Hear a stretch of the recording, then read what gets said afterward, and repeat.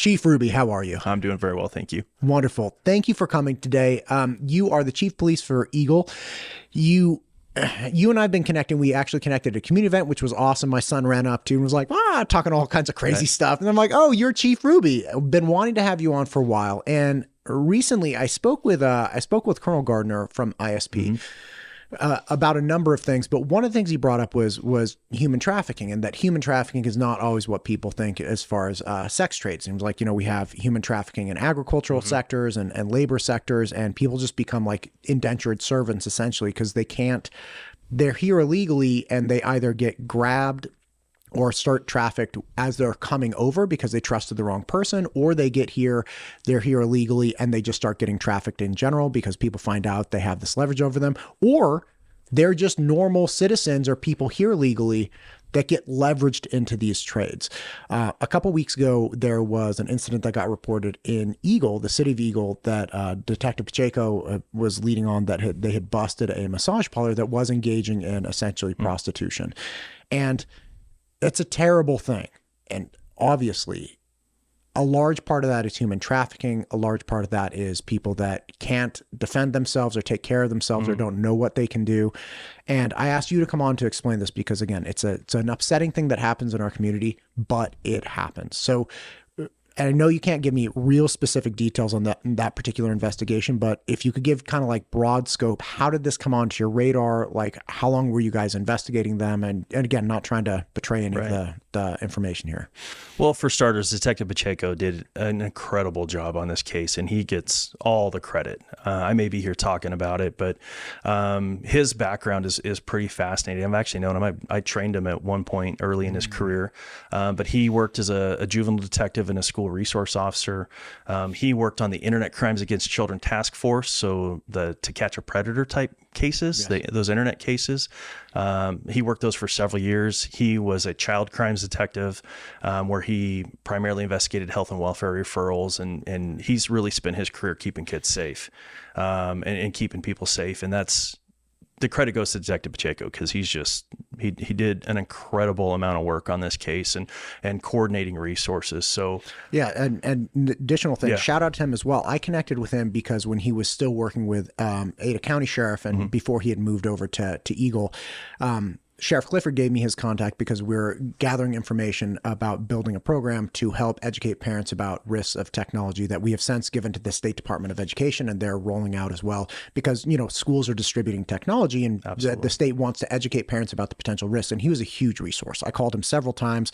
I was just a guy on the phone. He didn't know me at all, and he was more than happy to give information and help me understand and kind of educate me as this civilian person working in this area. Like, look, these are the problems. He was fantastic. No, and he absolutely is. And I think that's the big part of it is that, and we kind of talked about this a little bit, but really our job in law enforcement, I've said this for a long time, is to keep people safe. And when I was younger in my career, my kids I'd come home from work and they'd say, "Dad, did you arrest the bad guy today?" And I mean, that's a subjective thing. Like, who's a bad guy? And the reality of the answer was most days I didn't arrest anyone. But I really wanted to change my kids' perspective. So I started telling them, like, my job at work is to protect the people who can't or won't protect themselves. And then more recently, around Domestic Violence Awareness Month last October, I rethought that, but my job is also to protect the people who don't know how to protect themselves, who don't know how to get out of a bad situation. And we're talking about human trafficking. That's a lot of what we're talking about, is how do we get someone out of a bad situation? And with Detective Pacheco, the education part, one of the nice things about policing in Idaho is most of us live in the communities we serve. We're close by, and we shop at the same grocery stores that we serve, or our kids participate in school events in the community we serve. And so we have a vested interest. So sharing information, anything we can do to make Ada County, Eagle a safer place to live, work, and play, we're all about. And so he's got that tremendous wealth of knowledge. But as far as this case, when we look at human trafficking, I mean, that's a broad spectrum and it's a broad scope, and it's a pretty ugly industry. And I listened to the podcast with Director Gardner, and I heard what he was saying about the agricultural industry and those things. This particular case, we'd received information that They were providing illicit services. And so it was a long investigation that Detective Pacheco worked on for quite some time. And that day culminated in our search warrants, and where we executed search warrants to gather more evidence, but we had enough evidence to make arrests. And he used codes that are not often used in Idaho as far as human trafficking and in the sex trafficking type codes. But the courts at least preliminarily agreed with his decision, because all three suspects went to court and they were issued $5 million bonds. So I'm really proud of that work. And what it does is it brings something to light that's a dangerous industry, and it's dangerous for our community, and it's something that we don't talk about, and because it's an uncomfortable thing to talk about. But the comments that I've heard are, really, this is going on in Eagle? Like, how can that be happening in Eagle? It can happen in any community, because the people who do this they're good at hiding in plain sight. And it takes some dedicated police work and some committed police work and partnerships to get the case to this point. But you talked about leverage, and leverage is absolutely something that these folks use, because not all of them are here illegally. They're here on a work visa, a student visa, they're here on a passport. But leverage happens when the traffickers start taking their documentation. And if you think about, if you were in another country or somewhere and you had no access to your passport, your driver's license, credit cards, or cash, how would you get out of that situation? God, that's so dark. I have heard this from other people, that there are instances where people are not acting in a nefarious manner, are on the up and up, but they get stripped of everything that could actually identify them successfully and validate their claims of, like, no, I'm not here illegally, or I'm this person. Once that's gone, it's like if you ever leave your house without your car keys and without your phone, you're like a nobody, right? And that was just a joke that I heard a comedian say a long time ago. It was like, you don't ever, like, you walk 3 blocks away without some kind of ID in your cell phone and you're like destitute, right? I could not imagine being in a foreign country that I was visiting, especially one if I wasn't fantastic with the language. It's like, oh my God, what would I do? And having somebody forcibly try to keep me somewhere, it would be a nightmare. Well, it's that isolation, right? And with that, you talked about the language barrier, but also when you come from an area where there's distrust of law enforcement, distrust of policing, it's very, very easy to convince somebody else that if you call the police, if you reach out for support, this is what's going to happen, and they give you the worst case scenario. And so it becomes normalized, and it's a power and control. It's similar techniques that are used in domestic violence, in that social isolation, financial isolation, and family isolation, where the people you rely on essentially are your captors. And where do you go from there? Right. When it's all you know. So what's the mechanism by which people can deliver this information to, because how does the police department come to find out, or how do you get tips? Because, is it just people accidentally going in there and thinking they were getting like an up and up above the board service, and then like something else happens? Like, how does that happen? Well, certainly those types of things do happen as someone goes in and they see a massage parlor, and they schedule an appointment for an anniversary or an injury or whatever. And they go in and they may be offered services, and then those people leave and they maybe comment to a friend, I thought this was odd. And it's not always completely overt where they just come out and say, if you give me X, I will do Y. Sure.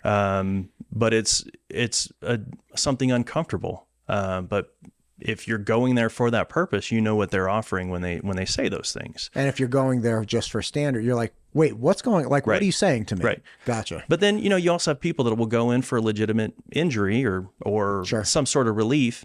And afterwards they're like, that person had no idea what they were doing. Ah, Right? so you go in, and even if there's not an offer, it's just like, this is not a real massage. Like, what are you Right. doing here? Right. Ah, that's an interesting So one. now Idaho does have licensing requirements for massage therapists and through the Department of Labor. And so you certainly can verify that your massage therapist is a licensed massage therapist and at least has that knowledge and background. And is that a broad licensing for an establishment, or does it have to go like actual individual by individual? Like if I get like Two Rivers is a very, from what I can see, very up and up establishment. I've purchased gifts for family members to go there. I've never heard anything bad, only great things. Okay.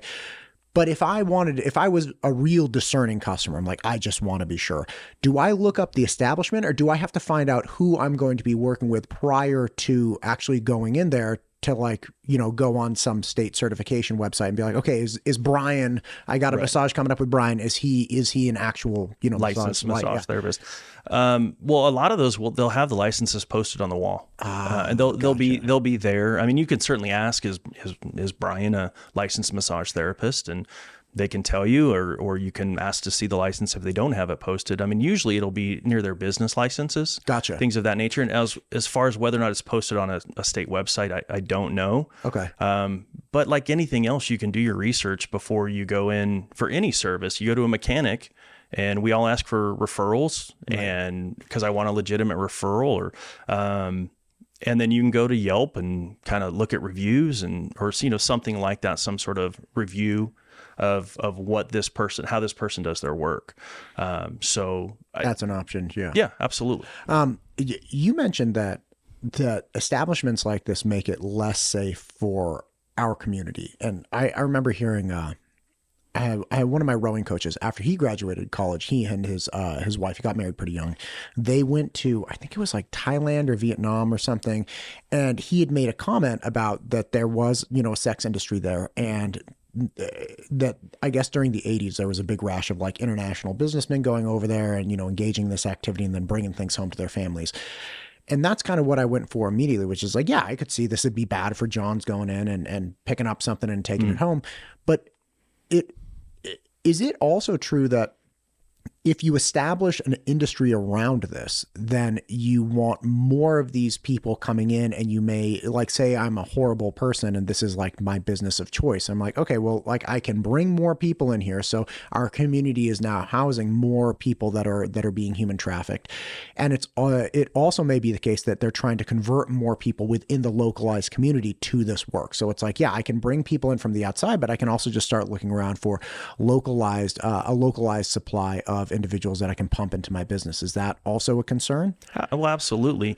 And then there's the ancillary crimes that go along with it. If they're willing to traffic a human being, that's modern day slavery. I mean, let's call it what it is. If somebody is performing work against their will and they're not free to leave, that's indentured servitude. And so if they're going to do that, what other crimes are they willing to commit? Are they laundering money? Are there drugs going through a facility? Are they selling other illegal items? Are they part of a theft ring? I mean, it just invites those types of things. So the safer community is, the less likely criminals want to be part of that, because the more likely they are to get caught. And that's one of the things that I've been saying about the city of Eagle and telling the city council is, if people are coming to Eagle to live in a great city, a great community, or Ada County, I work for the sheriff still, but if they're coming here to live in a great community or use some of our natural resources and enjoy the parks and shop at the businesses or visit friends, that's wonderful. We love that. We welcome folks who want to do that.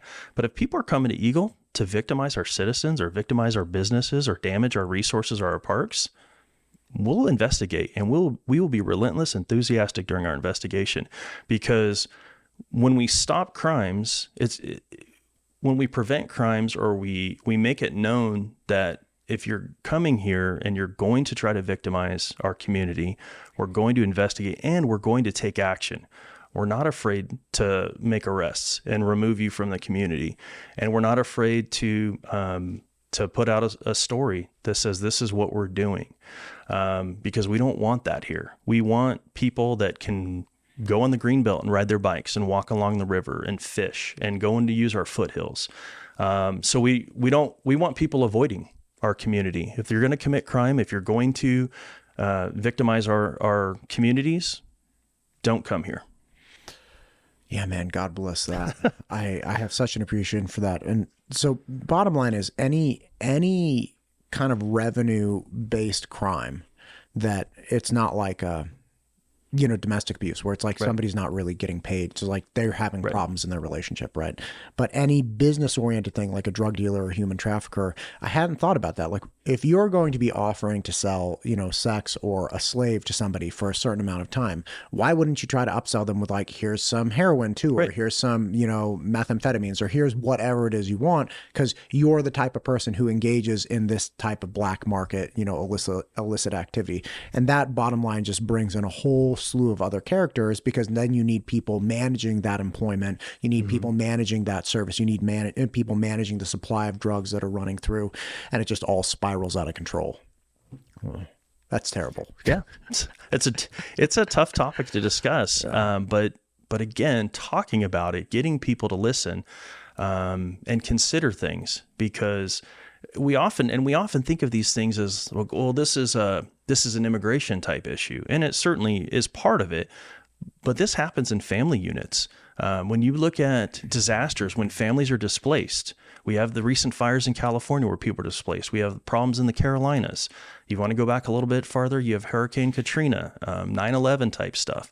When people are displaced and they lose their homes and their families have lost their homes, well, that's a perfect storm for these traffickers to come in and start manipulating, and offer a bedroom to a single mother with younger kids, and they come out as they're a good person trying to help, but are they, or is it grooming behavior? And when you've lost everything, I mean, we just talked about leaving our house without our keys and cell phone. Yeah, right. What if the only thing you had was what was in your car? And do you have enough gas money to get 100 miles away or 50 miles away to another family member?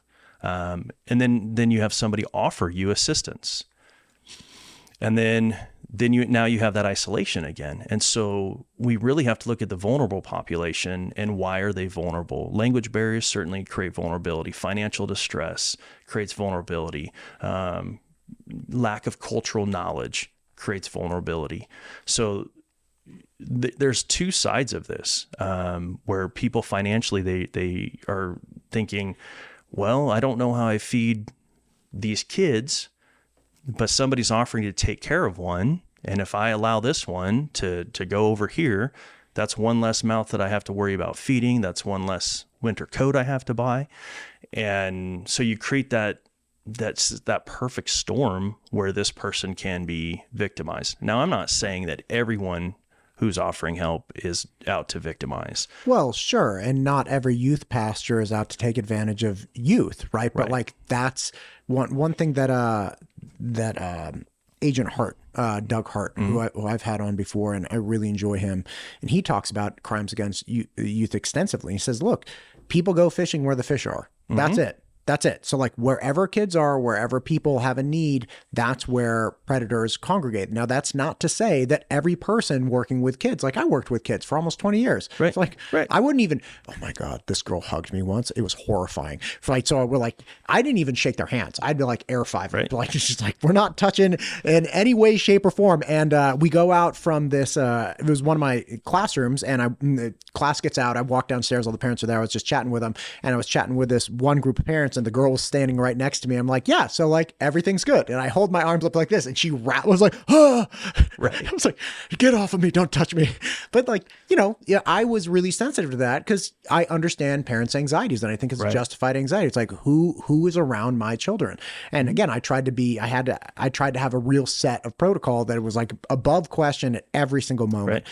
So yeah, it's not to say everyone working with kids is out to get kids, but that it is very clear that if you're looking to get kids, if you're looking to do something terrible, you're going to go where the kids are. Right. And in a moment of crisis, as you're saying, like if you're in crisis, you drop some of your standard protocol or standard discriminatory practices where you're like, under normal circumstances, I would never let you go hang out with this person, but these are exceptional times. And, I could see people getting in trouble with that. Well, we're surviving, right? In those abnormal conditions, we're surviving, and you do what you need to do to survive. And not every parent who allows their child to go stay with someone else is nefarious about it. Right. But like to your point of you go where the kids are. Well, when I grew up in the 80s and early 90s, the kids were at the mall. If your community had a mall, mine didn't at that time.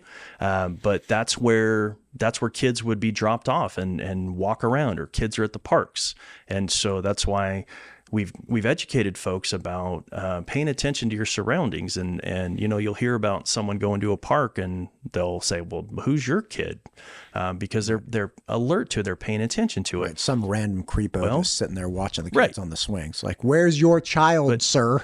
But how do you find that random creepo on an online video game designed for 9-year-olds? How do you find that person? And so that's where that internet safety is so huge. And that's where Detective Pacheco spent a lot of his time in educating is, it was, what was the old commercial when we were kids? It's Stranger Danger? It's 8:00 at night. Do you know where your kids are? There was a news, famous news like person. a PSA. Like a Walter Cronkite or something like that, right? Well, you have the internet in your home. Do you know who's online with your kids? And even when I was younger and having kids, we had conversations about we're not going to have televisions in the bedrooms. We're not going to have phones. And now we all walk around with computers in our pocket. That the computer in our pocket right now does so much more than anything we ever had access to as a kid. And where kids can go online, they can create anonymous identities. The online bullying, the social media allowed online bullying and those types of things.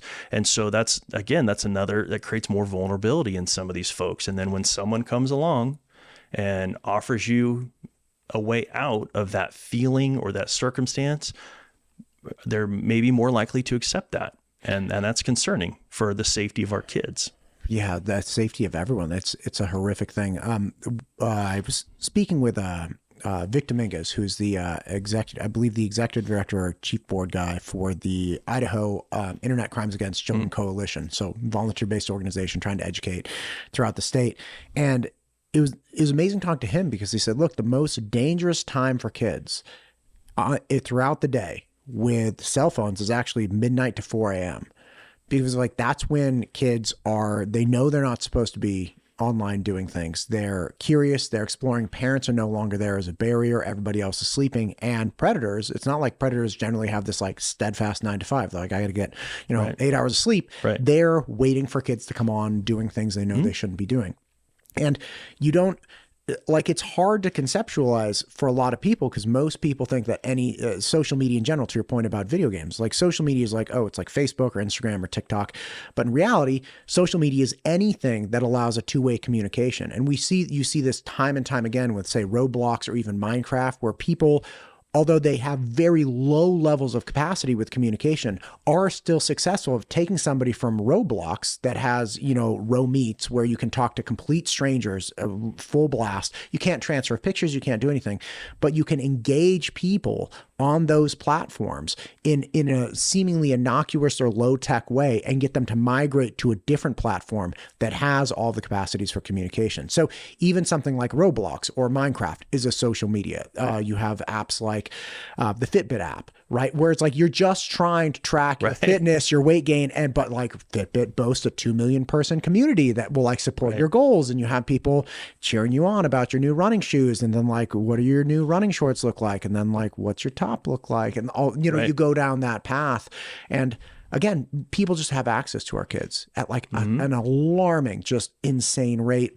And once they get from SRO Gomez, David Gomez, who's this nationally recognized guy, goes around talking about this, is look, kids can get trafficked even when they're in their own house, because the predation comes from the sextortion rings, where they will just get a little leverage. And your kid living in your house under your roof, eating dinner at your table, is getting leverage to do things that are unspeakable while they're living with you. They don't even have to geographically remove you anymore from the parent. Well, and shame and embarrassment are incredibly powerful motivators or manipulation tools. If my kid's sitting at the dinner table and or not, if a teenager sitting at the dinner table and they send a picture to someone, and then now all of a sudden they're getting a message that says, if you don't send me money, I'm going to send this to all your friends. Well, that's that shame and embarrassment that kids deal with, and it's can be that simple, and that's why, to your point about that midnight to 4, technology is it opens up the world. Yeah. But it also opens up the world, right? It opens the world and the world, like the underworld. So, it's so nice for research. If you have to write a school paper, I had to go to the library and hopefully find an Encyclopedia Britannica that wasn't 30 years old. Right? Yeah. Right. And so now you can search and you can find quality information about whatever topic it is that you want. And that's incredible and amazing.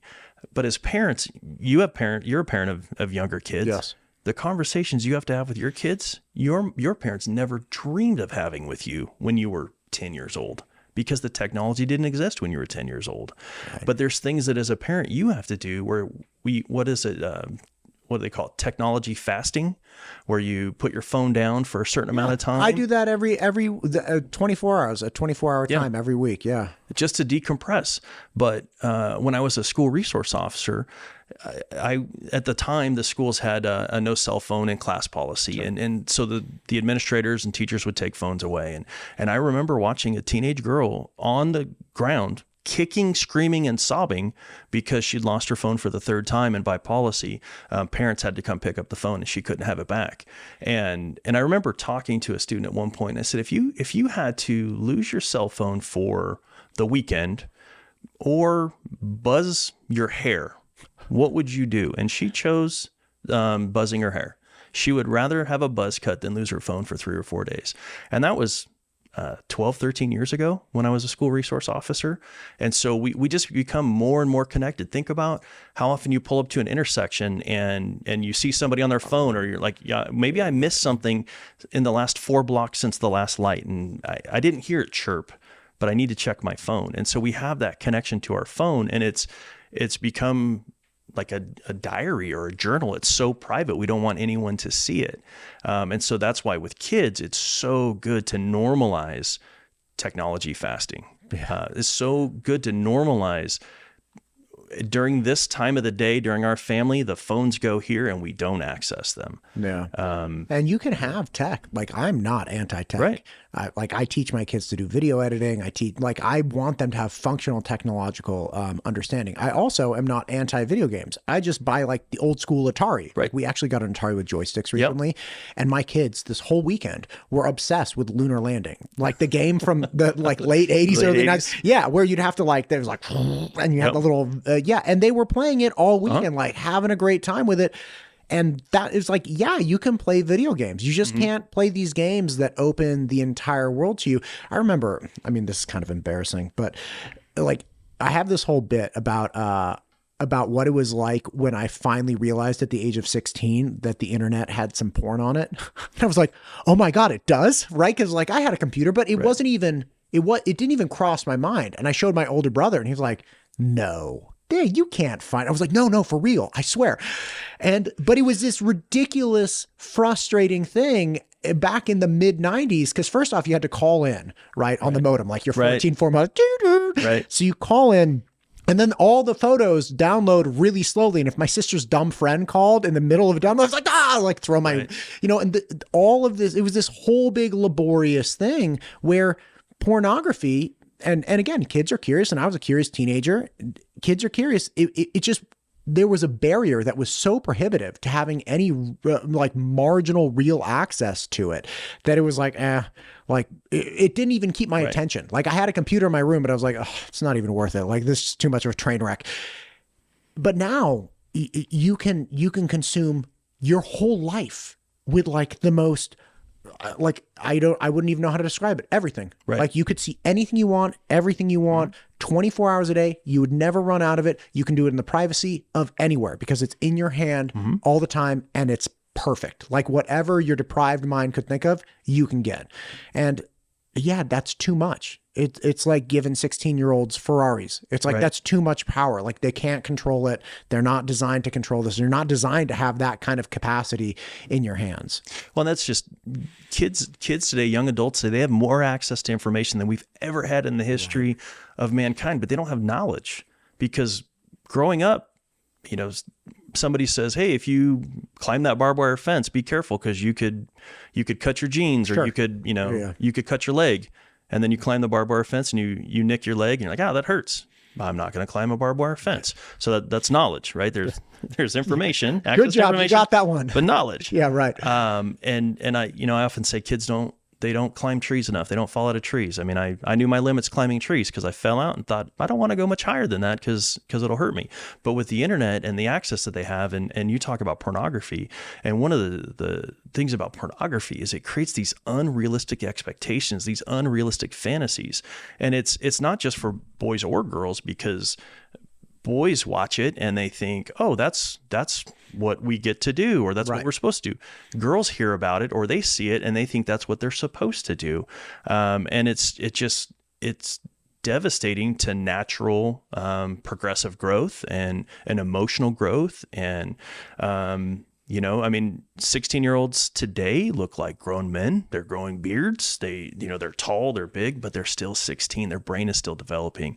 Yeah. And access to those types of things, like you said, anything that you can consider is out there somewhere. Right. And it's not hard to find. And that's where parents have to be more vigilant about what their kids have access to. And it's, you take your own kid's phone and so you put restrictions on it and you do all these parental controls, but then they go over to a friend's house and the friend's parents don't have those same restrictions. So you have to have these conversations with your kids to make sure that they aren't easily manipulated, to make sure that you have to create an environment for your kids to talk to you. So that way, when something does happen, they come to you and they have that trust of, underage drinking is a thing. It's been a thing since forever, and it's going to continue to be a thing.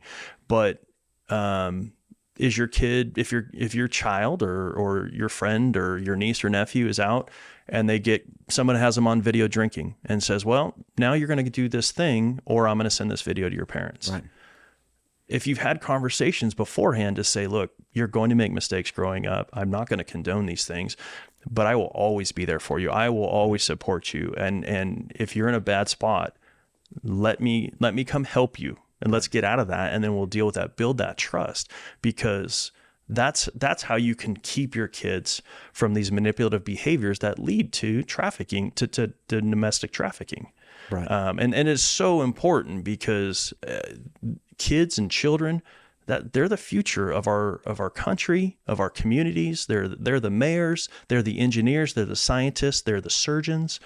And we've got to keep them healthy. We've got to do what we can to protect our kids. Well, they're the husbands and wives too, right? Like if we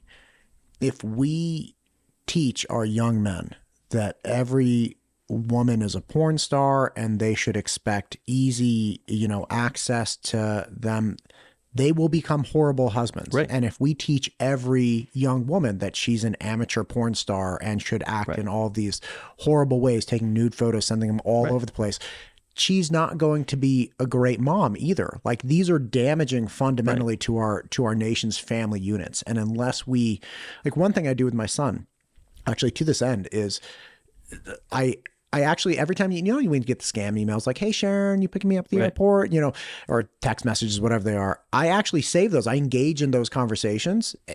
And then I take screenshots of them and I show my 13-year-old, like, okay, bud, here you go. Like, here's another one. And he's like, oh yeah, this is a person who gets a hold of you by accident, who like needs a favor. Then they like turn around and they're like super nice to you.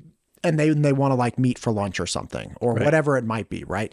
So he can start spotting these things. Like he spots poison oak. He's like, oh, that's not good. Right. And helping him see that, I'm hoping to harden him against people's ability to break through that, because his brain's going to short circuit when some very attractive girl accidentally gets a hold of him and is like, oh my gosh, you're so kind. Like, you're not like other boys. I feel like you really get me. I want him to be like, wait, why is this person being so nice to me? Like, yeah, fine. I'm a fine person, but I'm not that nice. Like, I'm not that cool. We've talked for all of 3 seconds. Right. And helping young people see that and harden up against that so that they can protect themselves. And then our nation is in kind protected in 10 and 20 years when we're relying on these people. That's such a huge thing. Well, what I hear you saying is helping your kids define their value, right? Helping these teenage boys and these teenage girls and these young adults. What is my value? Is my value my appearance? Which, as a country, we've magazine covers for fashion industry. That's kind of what we've said. But if your kids know their value in their talent or their faith or whatever, their knowledge of something, I value kindness. I can't remember if it was yours. I heard a podcast recently where there was a requirement that at dinner they would talk about an act of service that they observed during the day. And so whether it was something that I did to help someone else, like, oh, little Timmy forgot his lunchbox, and so I just grabbed it on my way out and said, hey, here's your lunchbox, or I saw somebody else do that. Well, that shows the value of service, of helping somebody else or being kind, because kindness is free. Being kind is always free. And in a world of rushing around and technology being faster than it's ever been, sometimes we get stressed and we get frustrated because it's not fast enough. Yeah. And relationships, if you don't communicate fast enough, if you don't respond to a text fast enough, if you don't like a social media post fast enough, yes, or you don't like it with the right like button. And I mean, the more that we can educate our kids and young adults, and the more we can share what should be valued, the more we're likely to protect our kids, the more we're likely to have functioning adults who recognize their value as something that's worthwhile and something that is long-term. Right. There's a lot here, Chief Ruby. Yeah. I appreciate you. It is a darker conversation, but I think it is so important. I mean, spanning all the way from, a massage parlor bust back to social media. I don't think these things are necessarily, they are related. They absolutely are. I do not think these things are removed. They're not, just two independent things. It's helping people value individuals, helping people have a sense of humanity towards their fellow human prevents all this stuff. And, I really appreciate you coming in today. Thank you for what you're doing for the City of Eagle. Is there anything you'd like to hit here at the end? I know it's a working day, so I don't want to keep you all day. That's all right. There's a lot of things, but I've worked my entire law enforcement career here in Ada County. I've not worked law enforcement anywhere else. I've had the opportunity to work with some incredible men and women throughout the state of Idaho. But more often than not here in Ada County with our partnering agencies in Boise City and Garden City and Meridian. And I've worked with federal agencies here in the Valley. And our law enforcement community is strong, and it is filled with amazing men and women that have a vested interest in keeping Ada County, the City of Eagle, City of Star, City of Kuna, a safer place to live, work, and play. And we're committed to that. And we truly do want to help. And that's why you see Chief Hessing at community events. That's why you see Chief Fertusco and Kuna at city events, and the sheriff goes to events and I go to events, because we want to be out in the community. We want people to be able to talk to us. I never heard of coffee with a chief, but I know those things happen in Caldwell, in Meridian, and Nampa, and Eagle. We do those things. We have town hall meetings because we want to be accessible. We want to continue to educate. So that way this community is amazing. So when I'm not at work, I know I'm safe. And when my kids are out and about, enjoying life and doing their things, that I know they're safe. And I know there's good men and women who are committed to the safety of our community. So I think that's what I would leave you with. I appreciate you, sir. Thank you for what you're doing for Eagle. Thanks for what you're doing for my kids and your kids. Let's do this again. Absolutely.